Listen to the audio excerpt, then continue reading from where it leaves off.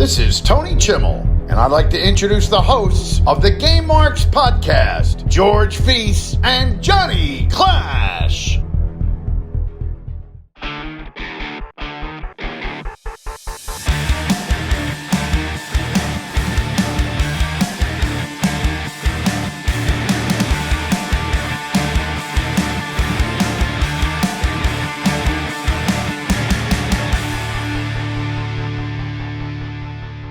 Welcome to the Game Marks podcast, where each and every week we break down the good, the bad, and the awesome of all things wrestling video games. I'm the man they call Johnny Clash. And I am George Feis, and today we are playing Wwe 2K14.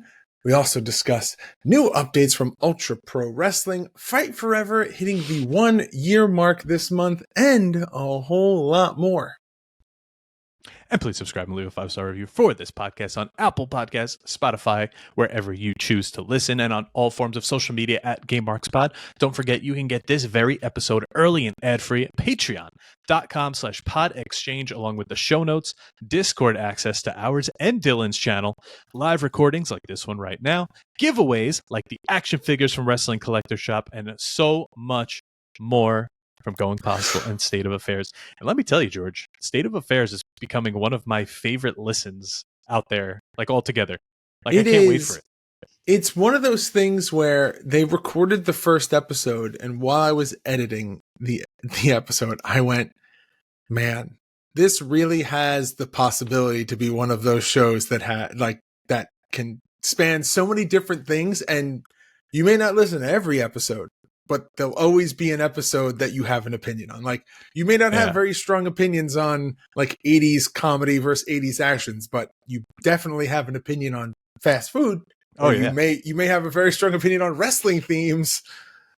You know, the wrestling themes one is the one where I was like, all right, we're going back to wrestling content. And then as I'm listening, I'm like yelling at them through my car stereo. Like, okay, yeah, no, this is great. I feel like the things that people expect those two to talk about most, given Shu's YouTube channel, his history with Major Pod, like, I feel like they always expect him to be talking about some kind of food thing because of the content that he's already making. And I feel like they expect Dylan to also want to talk about food because he hasn't had anything, or he only eats like 3 things, or he's got very strong opinions on those things. So bad. All his opinions. I just want to yell at him after. He seems to think it's 3-1. I don't know. I would say in his favor. 2-2. But speaking of scores, last week we broke down the best, the worst mini games. Now listen, there's some we forgot. There's some we didn't even know existed until after. We saw one today playing 2K14. We didn't mention the breaking point system. We just wanted to do something different, break down not only actual mini games, but break down the pin games, the submission games, bra and panties matches, like all of the above from back in the day. It's all there. It's all somewhat similar. I think it was a nice little refresher on all that. Now we're jumping right back into 2K24. But let's talk about Ultra Pro Wrestling for a second. Just when I think that they can't get any cooler, they keep doing stuff. They bring Sabu into the game. They show different attires, different colors of gear, which gives you a little, I don't know, maybe they're really going to stick with the old AKI games where you press right on the C-pad and you just keep going over to new gear. Maybe we'll get like a little referee variant. I don't know. I think it's pretty cool. And we already know they're doing everything the right way. The releases, everything looks so cool. They're giving us those sporadic updates also. They're not giving us something straight to the face and then you don't hear from them for months later. They're doing it right, and I really appreciate it. I love it. I love talking to them. I love picking their brain about this stuff. Hopefully when we get closer to release, or maybe after the demo comes out, they'll come on here and talk to us. Love that. I think we can make that happen. And yeah, I'm very excited for Ultra Pro Wrestling. And I feel like all of the artwork, the presentation, like, yes, fundamentally, the videos that we've seen of the game all look great. And that is the thing that's going to get people the most excited. But you and I, 2 graphic design nerds, their presentation, the artwork, the character illustrations, like all of that is so unique. And whilst it's so unique while also feeling like they're paying tribute Like they have that wonderful recreation of their characters doing the revenge cover. Everything about it is so unique, but like understanding the roots, which I feel like is very important. Not only that, I've always loved Hal Haney's art. I mean, Then everything in this game is Hal Haney, which is great. Hopefully, when the game actually comes out, there will be prints and all that for sale based around the game, T-shirts, cool. And let's go. I'm so ready. Now, when we go back and talk about the AKI games and tributes to them, AEW Fight Forever turns 1 on June 28th. That is next month, less than a month away. I can't believe it's only been a year. At the same time, I can't believe it's been a year because this game is so polarizing. It has been just all over the place. I can't wait to finally give it that sit down, that breakdown that we've been waiting to have. We are going to cover it on the July 1st episode as soon as it hits that 1 year. So I'm calling it now. July 1st, AEW Fight Forever. So you've got another couple of weeks of episodes. And George, want to do it live on YouTube? Yeah. Okay. Let's do it. Live episode on YouTube, June 1st. July 1st is July 1st is when the episode will drop. So we'll be recording it a couple days before. So we'll post when that's going to be. So, and then we'll announce the time as we get closer to that. But I like that idea. That's a good idea. We'll do a little bit of everything. We'll do some mini games. We'll do a couple matches. Maybe we'll do a stadium stampede if it's not like a 15-minute queue. Yeah, we'll see. I don't know, but that should be exciting. But we are here today to go back in the Wayback Machine to 2013 to play the first ever 2K wrestling game, WWE 2K14. Are you inching close to the deep dive? Are you ready to put those nostalgia goggles on? I am ready to go. The Rock is on the cover. Let's do this.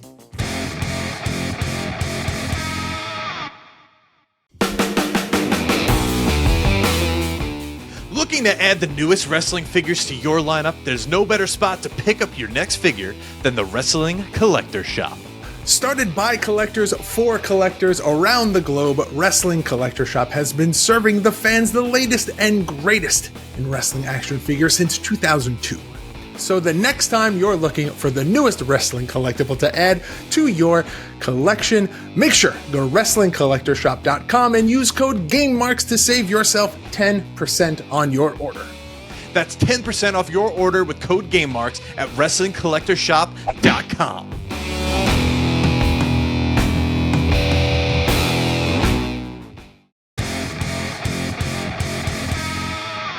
All right.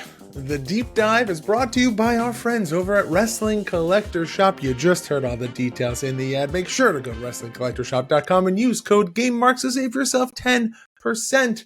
John, courtesy of Wrestling Collector Shop, we give away a figure each and every week. What is the figure this week? This week, we will be giving away an Elite. What number is this? 108. Yeah. LA Knight. Look at this. This is a damn good Eli Drake figure, if I don't say so myself. That's pretty cool. All you have to do is go on Instagram, find our pinned post, which shows the episode artwork. Follow the directions. You've got to follow us, tag 2 friends. That's it. You are entered. Last week, we gave away a Roxanne Perez. We're going to be giving away one of these every single week for the foreseeable future. So jump on. It's free. All you got to do is, like I said, pinned post, follow us, tag 2 friends. Done. Hell yes. Thank you, Wrestling Collector Shop. All right. WWE 2K14 released October 29th, 2013 for the PS3 and the Xbox 360, developed by Ukes, published by 2K, and other wrestling games in 2013. You've got 2 games available in the archives. WWE presents John Cena's Fastlane and WWE presents Rockpocalypse. What a weird year. So let's take a step even further back. To the SmackDown vs. Raw series comes to an end with SmackDown vs. Raw 2011. They start to take the more, I guess, the route of like the sports games where it's just the year. We got WWE 12 and WWE 13. I thought it was cool that they went that route. I think a lot of people did miss the SmackDown name in the title. It doesn't really mean much, to be honest. It was still the same game. But then in 2012, 2K14 comes out because Take-Two Interactive gained the license for WWE games in the THQ bankruptcy filing. So now this is the start of, what is this? 11 years of video games. So they started with, well, we did skip only one in that time. That was 2K21. That was skipped. So only 10 games, I guess we could say. You mean Battlegrounds? All right, whatever. And some mobile titles as well. But pretty damn weird that this all happened. I remember being excited also because I was a fan of the 2K games. I was a fan of the 2K games when they were NHL 2K, when they were NFL 2K, before Madden and whatever NHL from EA Sports took over completely. I really liked those games. I still have them for the GameCube somewhere down there because when my Xbox got red ringed, I went to GameStop and I bought all of those. So, I really expected them to move forward with this. Like, I didn't expect the single, like just the year titles to be so short. Yeah, you expected WWE 14 as well, but yeah, we all know what happened to THQ. Sense. Oh yeah, but like I understand why it didn't continue, but like naming convention wise, it made sense why they moved that in that direction. And we haven't played those either. Those are coming up. And if you think about it, WWE 12, THQ doesn't have a wrestling game until AEW Fight Forever. Oh, is THQ the worst publishing company ever? Because is it the best worst? They lost the it's given us license. Some bops, but think about all they went through. Think about the lawsuit episode we put out last year. There's been a lot of stuff surrounding them, and it's a little none of it in their control, but a little weird. Yeah. But 2K14, pretty much an updated version of 13. They didn't change that much. There were improvements made to the navigation system, allowing for better walking of the characters, running, and the dragging motions, like when you drag the guy across the ring. Characters move a little faster. Me and George both note in our playthrough the matches are also a lot faster. So quick. You could come into a match and finish them in, 3 minutes? Oh yeah, Did someone say 3 minutes? Hit the music. Hit the music. It's one of those things where you feel, I don't know. We talk about this also in the gameplay available on our YouTube channel, where the reversals is the R2 button, and you propose the question of, do you think it's better with the R2 reversal system or the system that they have in place now? And I feel like the more you play with that system compared to what it is now, you adjust to it. Like, obviously, we're very used to the 2K system the way that it is now. By the third match, reversals were happening every couple seconds. It was just like riding a bike, getting used to that rhythm, what the timing is and stuff like that. I think the reason that matches go so quickly is because of how quickly you're able to obtain signatures. Yeah. That was another thing. And we mentioned that taunting also boosts your signature bar, which is something I very much miss. And I'm still I totally forgot that was a thing. Oh, I'm still in the habit, even in 24. Like when I hit a move, I'll just immediately taunt. And because it gives you now a boost of like you get like a momentum boost, which makes you get stamina. Oh no, it's not. But well, this is what I did the other day. Thank you, Turtle Beach, for this beautiful headset and controller. I was filming the little reel for it, and I wanted to just do a clip of Cody beating Roman. And I went in, I put it on easy. It still took me like 10 minutes to beat him because he would use resiliency. Then Solo Sikoa came down and did an interference. I'm like, holy crap, can I just finish this guy already? But yeah, these games last. They're very quick. All chain reversals now result in an offensive attack. There's no more clunkiness. It makes it a little quicker. Catapult finishers can now be used offensively. We've seen many of those before. The launch off with the RKO and all that.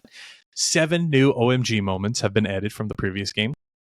The near fall system has been improved with more than 2 counts. Create a Superstar now features expanded character slots for up to 100 created superstars, and the mode also introduces the ability to use existing superstars as a template for new custom variants. That's something I like, because I don't really want to go through all that. And Create a Championship has been expanded after being limited in 2K. I almost said 2K13, WWE 13. So they did make all of these improvements, and there's some others coming up in the match types and whatnot. But overall, for 2K to come in, take the license, it wasn't that big of a jump from 13 to 14. It was like you say, riding a bike. It's one of those things I can't remember. There was the time recently that we talked about where there was a good foundation. It's an updated version of WWE 13. There was a good foundation there. They just went, okay, we got to take this already existing game and make it our own. What can we improve upon? What can we add? And they did it. They took, we just went through that whole list of all the improvements and features that they added to. And I feel like that's also one of the things that we talked about now, 10 years later, with 24, is it's the same thing. They had an existing good baseline, and they've just been improving it the last couple of years. Yeah. And I mean, that's what you're supposed to do. Just get what's good and improve on it. But I don't know, sometimes they like to reinvent the wheel when they don't have to. That's when things kind of get a little. But hey, I'm happy where we're at now. Let's talk about these game modes here, because in Exhibition, you have your one-on-ones, which consist of a normal match, Steel Cage, Extreme Rules, Hell in a Cell, I Quit, Inferno, Iron Man, Ladder, Last Man Standing. Then, of course, you have those variations in the other match types as well, 2-on-2, Triple Threat, Fatal 4-Way, 6-Man, which features a Battle Royal, Elimination Chamber, which could be singles or tag, Hell in a Cell, Ladder, or Tag Team, handicap matches, specialty matches, which include Backstage Brawl, a Royal Rumble, special referee, title match, and the return of the Slobber Knocker. Oh, man. Now you also have tournaments like King of the Ring, etc. 30 years of WrestleMania mode, which was pretty cool. Now the streak. The game has a mode that focuses on the Undertaker's WrestleMania streaks. Now, at the time, this was only 21 matches, and it spanned from WrestleMania 7, where he defeated Snuka, to WrestleMania 29, where he defeated CM Punk. Now, you play through every single match along the way. I think there's a few that aren't in there. I could be wrong, but it does break down by eras, like Attitude Era, blah, blah, blah. And then you go through. And then there's the Undertaker streak mode, where you just battle through waves of wrestlers as the Undertaker. It's kind of your slobber knocker match, but you're only the Undertaker.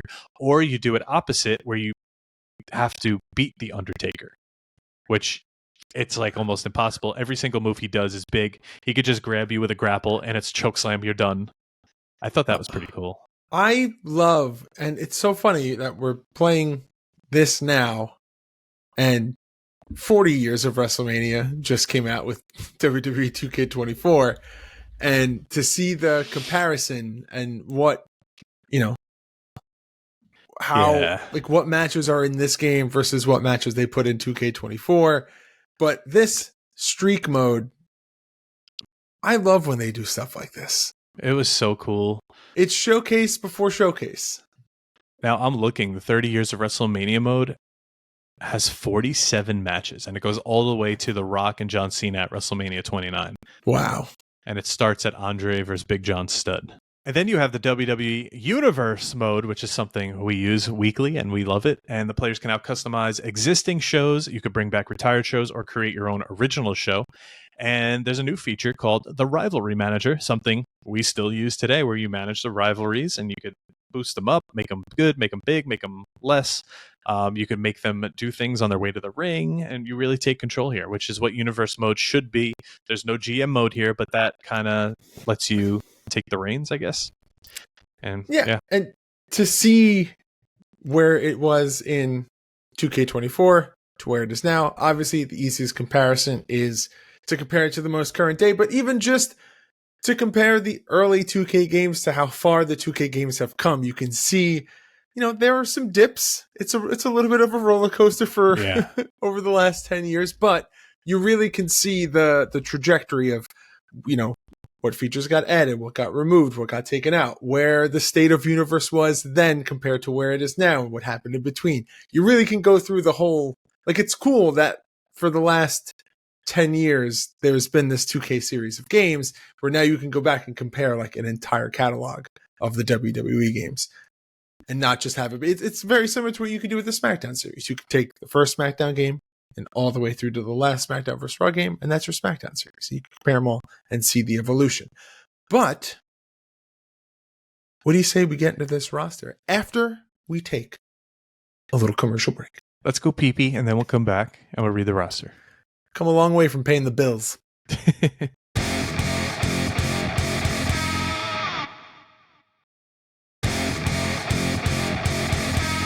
All right, John. Right.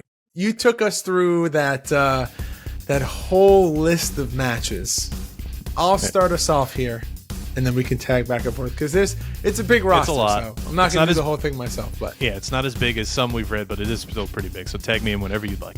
All right, your roster for WWE 2K14 is as follows. You've got Alberto Del Rio, Antonio Cesaro, The Big Show, Brock Lesnar, Brodus Clay, Chris Jericho, Christian, CM Punk, Cody Rhodes, Damian Sandow, Daniel Bryan, Darren Young, David Otunga, Dean Ambrose, Dolph Ziggler, Drew McIntyre, Heath Slater, Jack Swagger, Jinder Mahal, John Cena, Justin Gabriel, Kane, Kofi Kingston, Mark Henry, R-Truth, Randy Orton, Rey Mysterio, Roman Reigns, Ryback, Santino Marella, Seth Rollins, Sheamus, Sin Cara, Tensai, The Miz, The Great Khali, The Rock, Titus O'Neil, Triple H, Undertaker, Wade Barrett, and Zack Ryder.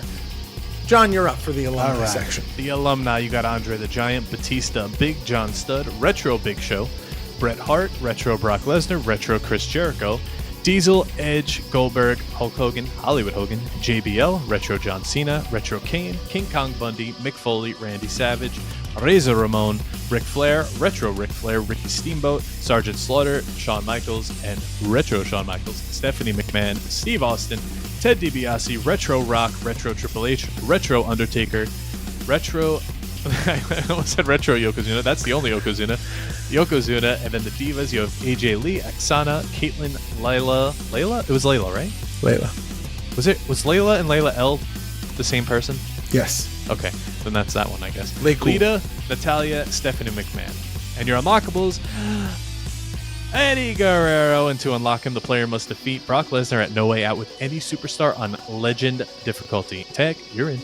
All right, now your pre-order bonus. You've got the Ultimate Warrior, and for the Phenom edition, you get American Badass Undertaker. Now, there are several DLC available here for this game. You've got the NWO DLC, where you get Kurt Hennig NWO, The Giant NWO, Kevin Nash NWO, Macho Man NWO, Scott Hall NWO. Guess what? NWO. Yep, Scott Steiner NWO. and Six NWO. Then you have the Season Pass DLC where you get Kevin Nash and Scott Hall in their Outsiders attire. Then the Superstar DLC, you've got Big E, Brie Bella, Fandango, Nikki Bella, Summer Rae, and finally the Legends DLC. You get Bruno Sammartino, The American Dream, Dusty Rhodes, Jake the Snake, Ravishing Rick Rude, and Virgil. What a lack of women's roster here at this time. It's so you're getting one DLC. 3. The Bellas are also there. Oh yeah, sorry. Summer Rae and the Bellas. Summer Rae and the Bellas. 3 DLC on top of a already short 10 women's total. roster. That's awful. It shows how far you come. It's almost like it's not even, but it's almost even now. No, it's you're getting a hell of a lot more. You're absolutely right. It's come a long way, like you said. One thing we need to talk about. You mentioned he was the pre-order bonus, and we mentioned it in the History of Ultimate Warriors episode. This is the game he returned to 2K. Now, he was in All-Stars and the SmackDown vs. Raw that coincided with it, but this is when he actually returned to WWE. He had that commercial walking through the 2K office with the cane, with the jacket that I believe it was a One Warrior Nation jacket, WCW Worldwide pointed out. I could be wrong. Yes. He'll correct me on Twitter in 3 weeks when he listens to this episode. But this was pretty big. He was there. He came back. He was back in, I guess, good standing with the company, the Hall of Fame, and everything that preceded it, unfortunately. But it was big. And I remember watching that commercial and getting hyped. I believe I pre-ordered this because I pre-ordered everything at the time like an idiot, even though I could have just walked in the store and just day bought it of. because Yep. why not? But at least I got the Ultimate Warrior. I did not get the Phenom edition, No, I got. which in retrospect should have got the Phenom edition. But Well, let's talk about. Or we're going to talk about it a little later. But I want to talk about what you get in that Phenom edition, because I feel like this is something that the so bump it up. Let's talk about it now. okay, because I was going to say, I feel like the things that you get in like the super special edition ones are not the same. Like what you get then is not so much what you get now. Like there's a lot of like tangible physical, like there was a year, we've definitely talked about this a lot over the course of the life of the podcast. There was one where you got like a Demon Finn Balor figure. There was the one that you could pre-order that had like the Ric Flair Funko Pop. Like the physical collectibles that you get have changed a lot over the course of the last, 10 years. Yeah, and They're not completely gone. I just miss it. What you get is different. Yeah, well, they announced the Ultimate Warrior. We just talked about that. But on August 1st of that year, 2K announced the Phenom Edition, which included the American Badass character, but also a coffin box tin, which looks pretty cool. It's got the Undertaker logo on it. I vividly remember seeing a stack of these like on the back shelf behind the register at GameStop. There was one time that you and I, when we were doing, what game were we buying? We had to go to Trading Post. I think we just went just to go. Maybe it was or maybe it was when you were buying Backstage Assault. Maybe I bought a bunch, and they had this the case for this there. It was like behind the counter. It's so cool. Now it also comes with collectible art cards signed by the Undertaker. Now, if you remember, 2K20 was the one that would send Edge cards that were not signed, and Edge took it upon himself to say, "Mail them to me, and I'll sign them." So that was pretty cool. The Undertaker, American Badass character, we just said, an exclusive Undertaker-themed controller skin, which is awesome for, I guess, your respective console. Yeah. The Undertaker, the Streak Disc Blu-ray, access to 2K14 Global Pre-Order, which is the Ultimate Warrior, and a copy of the game, obviously. So pretty cool pre-order bonus that, like you said, it's a dead art, and I would love to see it come back, but unfortunately, being everything digital, we're not really going to get that other than like what 2K is doing now, where you just got to wait a couple months and you get the WrestleMania version. There's a happy medium. But with that, John, let's jump over to this cover. The cover of 2K14 is none other than the final boss himself, The Rock. Now, The Rock is featured on the cover of this. It was announced on June 4th at the WWE Global Business Partner Summit. And the official cover, along with the trailer, were revealed on the June 24th episode of Raw. But 2K also held a contest where you could design so cool an alternative cover. And the alt cover one was designed by Mike Rodriguez, and it is none other than Daniel Bryan. Now, this ended up being a double-sided print, right? Where it had both, but then you could turn it, and it was. I obviously put the Daniel Bryan side. Yeah, Every I did too. Single person did at the time. So cool. I'm actually trying to look up now. That would be something cool to bring back. Yeah, the top prizes went to Mike Rodriguez and Alexis Zankowicz for the top two prizes, both with Daniel Bryan, I believe. Okay. There was a UK cover as well. That's also Daniel Bryan, but in like a different pose. So cool. I want to say that I submitted one, but I don't remember. I did not. Either I started it and said like this sucks, and I just like threw it out. But I do like that it still sticks with the same art style as the original. I don't remember. Maybe they gave you the background and said have at it. Maybe it was just the blank. Maybe they showed you. I don't know. Yeah, interesting. Yeah, I'm curious. I don't know. That's something cool though that I would love for them to keep going. Especially now, the art covers are like artistic. So, yeah, I love it. let's talk about the back cover. You got Hulkamania, of course, ripping his shirt. You got the WrestleMania photos, the Undertaker photos, and of course John Cena. Really not that big of a cover. Nothing crazy. Just kind of 3 screenshots and a picture of Hogan. And that's really it. And the typical 2K flamey background. Now, hang on a second. NBA 2K14 also had the same background with LeBron on the cover. But let's go back to, I believe 12 was the one I played. Same thing. Michael Jordan and Kobe on the cover. Or no, Magic Johnson on the cover.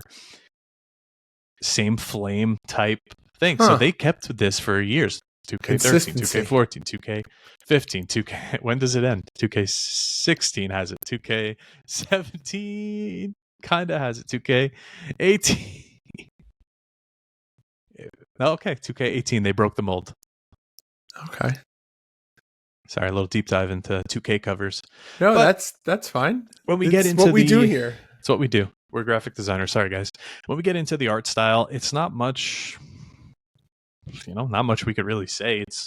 Everyone is just really smooth. Yeah, it's a pretty good-looking game for the time. You're just not getting the detail you get now. If you watch our playthrough, I kind of talked to George about how now some things could be messed up with the hair, the teeth, the mouth, but when you play like an NBA game, they're like completely flawless characters. I can't say characters, they're real people, but they look exactly like them. I don't know, maybe they don't have the same physics as like a wrestling game would have. That's why they can't look as good. But NBA absolutely blows it out of the water, WWE games, when it comes to graphics. Not saying WWE is bad at all, but when you go back to 14, it's as good as it's going to get for the time. You get everything presented like WWE TV. Now the HUD, it's not on the bottom. This kind of confused us at first. It actually carries with your character. So it's a little meter. It could go away. You see it go up. You got finisher flashing, signature flashing, adrenaline. You've got it's your. I do like it, but my eyes are trained to go to the bottom, so it's a little 100%. Difficult at times. Like say you're on the left, I'm on the right. It's like, oh wait, who's got what? I'm either looking at the top or the top of the screen or the bottom of the screen. I forgot that there was an error of games where all the it just follows your character around. There's some pretty good details here, like even the Inferno match. How there's the little boxes that shoot the flames out. It's not just flames coming out of the ring. Yeah, and the camera cuts that they do for like the big match spots is very very, very nice. The presentation's really cool. I forgot about, I don't know if I just turned it off, but the replays at the end of the match were like a nice surprise that I forgot that they did. The presentation, it ages well. Are the graphics up to what you would expect in today's game? No, but this is, 2 generations back of consoles, and it works. The controllers are easy to pick up. It plays very well. It looks okay, and I mean, it's not something that we talked about when we were in that section, but John is on record both in other episodes of this podcast and in the playthrough saying that this presentation of the roster is his favorite style of roster presentation because you see everyone all at once. Good old Mortal Kombat style. There's just way too many wrestlers to do that now. And then variations, how they're not costumes, it would be just so big. Well, no, because then you would go back into the thing of you would select the Undertaker, and then the Undertaker would have attires. Yeah, but would they do that? Through the attires. We don't know. I don't know. That's, to me, what makes the most logical sense. Now, this picture of Zack Ryder here that we have in front of us doing the woo-woo-woo, getting ready for the broski boot, I sent it to him to mess with him because he's got the Brian Luttrell Backstreet Boys hair in it with the This is his Bradley Cooper era. Yeah. And, I wanted to rip on him, but he pointed out he hated how high up the wrestler was in the corner for the broski boot. And then when you look at it, you're like, they are pretty high up. They're over the second rope, kind of hunched up straight. When in real life, if I've actually taken the move, you're slouched down on the bottom rope, and he boots straight into your face. This way, it's like almost a big boot. It might as well be the ring's too low or how that happened, but that's just something small that was pointed out. But did you know?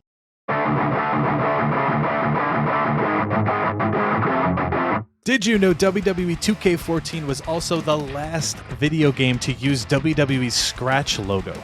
Did you know Rowdy Roddy Piper was originally going to be an official playable wrestler and would have featured his WrestleMania 1 and 2 matches in the 30 years of WrestleMania. However, 2K could not reach an agreement with Mr. T, who Piper faced in these matches. Did you know WWE 2K14 is on eBay from $11.99 used to $1,000 brand new in box for the Phenom edition? Whew. Yeah. That's wild. That's why I was kind of saying before, like, I should have bought that when it came out. But yeah, you don't know these things. But you're looking a little stressed, George. I'm a little stressed. I hear a baby crying next to me, and it's pretty brutal. So I don't know if you can hear it, but I can hear it. Is it time? It's for time a little for some R&R? R&R, some rating, and reviews. All right, so Metacritic overall for the 360 is a 75 out of 100, and the PS3 is a 74 out of 100 as I hit my microphone. GameSpot gives us a 6 out of 10, while IGN gives it an 8.7 out of 10. That's pretty good for an IGN score, especially these days. IGN says it still lacks the brains to deliver competent AI and commentators, but 2K14 has more than enough brawn to make up for it, while GameSpot says that the game was clunky, and it's a shame the wrestling isn't up to par in 2K14 because the elements surrounding it are so interesting for anyone who grew up loving professional wrestling. Be prepared to be swept away in a tide of nostalgia if only the core action would have been as compelling. I don't know if I agree with that one at all. I don't know. I feel like this... I don't know if clunky is the word that I would use to describe this game. I didn't find it clunky at all, actually. No, like it. Are there some controls or maybe motion movement aspects that feel a little dated? But I wouldn't say clunky. Like you hit me with a chair, I would get up. I wouldn't have time to react to the other. Like if I reversed the first one, I wouldn't have time to reverse the second one. But I don't know if that's clunky or just like... But the quick matches, I didn't feel like I was struggling to like play this game at all. No. Of course, me and you always run into the issue where we're just reversing each other constantly. Or we run into each other. But that's not our fault. Yeah, I guess where you guys just both run into each other, which is something that still happens today. They tried fixing it in 24, but it's still going. It still happens. It's, people love to hit Irish whip moves, and people love to hit running clotheslines and drop kicks and hurricane ranas. So it's... Yeah. You got to just, I don't know what you're doing. But with that, George, I want to know what you think. Because I'm going to tell you what I think. Because right now, it's time to rate the game. Oh, look at that. The game!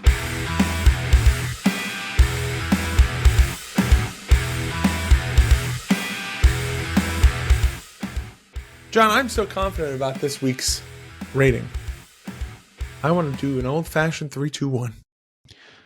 All right. 3, 2, 1. Play it forever.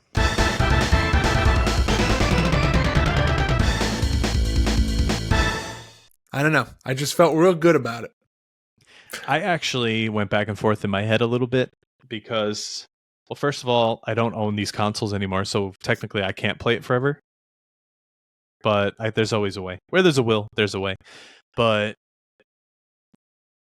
I don't know. I don't go back and play these games often, but then I'm thinking, like, it's not a bad game. It's a very different roster than what we have now, but it's also the first 2K game. And if it was absolute, like, dog shit and it sucked, that's one thing, but it didn't. Yeah, sure, at the time, maybe there was, like, flaws and people complained about it. Maybe the online play was weird or something. But I didn't really ever... I don't complain about games like that. I either enjoy them, play the crap out of them, or I don't. And I'm not going to complain. It's just going to go to the bottom of the shelf and I'm going to play something else. Yeah, and then I'll go back to it. Then maybe like in a couple months you pick it back up and you're like, oh no, it's still not great. But this was not one of those. This, like, I remember enjoy playing, and yeah, I'm going to keep the play forever. Yeah, I'm right there with you. This was a game that graphically has aged pretty well. I mean, there are some aspects of it that definitely feel dated, but whatever. We played so many 8-bit games that look terrible, but the controls were great. And we've talked so many times about how, graphically a game could be really, really bad, but if the controls and the concept of the game are solid, that is a huge that lifts a huge amount for the quality of the game. And this has all of it. It took an existing engine, it built upon it, it made it better. 2K made it their own. And yeah, easy.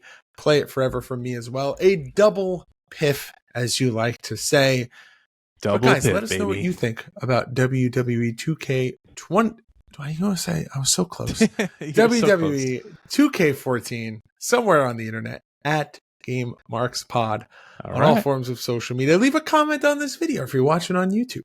But John, with that, are you ready to get into this week's softlock question? I'm ready.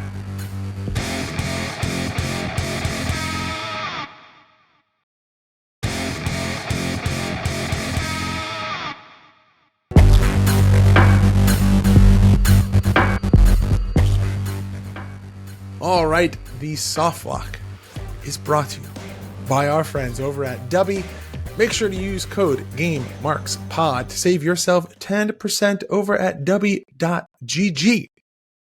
The softlock is a weekly segment on this podcast where one of our mega marks from our Patreon gives us a question to answer, a topic to debate. It is a question of the week with a fancy name, and this week the question comes from Steve Hoker. And Steve Hoker would like us to answer what our biggest pet peeves of playing online are. And he attached a little story and said, my friend and I were playing GTA one day, and a guy joined our heist, and his baby started crying and crying, getting louder and louder. And him and his friend were like, do you need to go take care of your kid? And the guy said, no. So then him and his buddy just left. But I will say, another thing he mentions is one of my biggest pet peeves is when people join a lobby and they have music blasting in the background. That is my the number noise one. gate makes it jump in and out. Number one biggest pet peeve is people who join with their headphones and they have loud music playing in the background. It's like, that's what the headphones are for. Play music through the headphones. That, and like I play a lot of battle royales. I hate when your teammates don't like land where you want to go. Like everyone's scattered because you're not going to win that way. And then people who don't like stick with the team and just go off and like they're across the map, and that really bugs me. I don't play much else online, so I don't know. No, I always feel like mine is just it's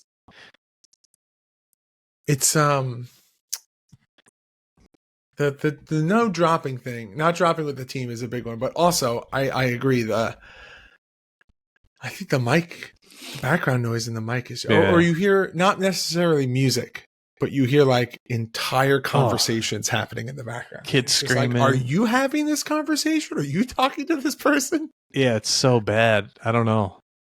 And I hated back in like the SmackDown vs. Raw era where people would make the created wrestlers with like that super kick that was like a one-shot knockdown. Oh, yeah. Just like spam moves and just, it was so obnoxious. And that's why I developed my little hack where I used to put DQ on the last man standing match, bring the ring bell into the ring because the announcers didn't call it out. And then I would just let them hit me. They would pick it up, hit me. I would get a win. There you go. That was my workaround for all the cheaters. Easy. All right. Well, Hoker, thank you very much for that question. Guys, let us know what your biggest online gaming pet peeves are on all forms of social media at GameMarksPod. But John, let the fine people at home know what we are playing next week. Ooh, baby. I saw this one in my Epic library and I was like, I forgot about this series. It's been over a year since we played this one. The first one. We're going to play Guacamelee 2. Oh, man. Yeah. Love it. Very excited to jump back into this one. A game that we both love the gameplay and the art style of. Very excited to jump into the second one. Looking forward to it. All right. With that, youtube.com/GameMarksPodcast for our weekly playthrough videos, GMP24, and a whole lot more. GameMarksPod.com/shop for all of our exclusive merchandise, ProWrestlingTees.com/GameMarksPod for our shirts, Patreon gmail.com/podexchange. That's PODXCHANGE for this show, early and ad-free access to all of our exclusive shows, show notes, and a whole lot more at Game Marks Pod on all forms of social media. And please make sure to like, comment, subscribe, ring that notification bell. And if you really want to help out the podcast, please leave us a rating and a review on Apple Podcasts, Spotify, or wherever you choose to listen to your podcast. If you have a product or service you'd like to advertise on this podcast, please reach out to us at gamemarkspod@gmail.com. Another week, another game, another time to do that thing, Johnny Clash. Game over. Marks. Game Marks Podcast, put them on the radar. Playing rare games, Sega Saturn, no Game Shark. Johnny and George work hard and they play hard. Future Endeavor games and put them in the graveyard. From the deep dive to the clash at the feast. How can I get more? That's question of the week. Follow on Twitch, there's nothing that they won't play. Game Marks Podcast every single Monday.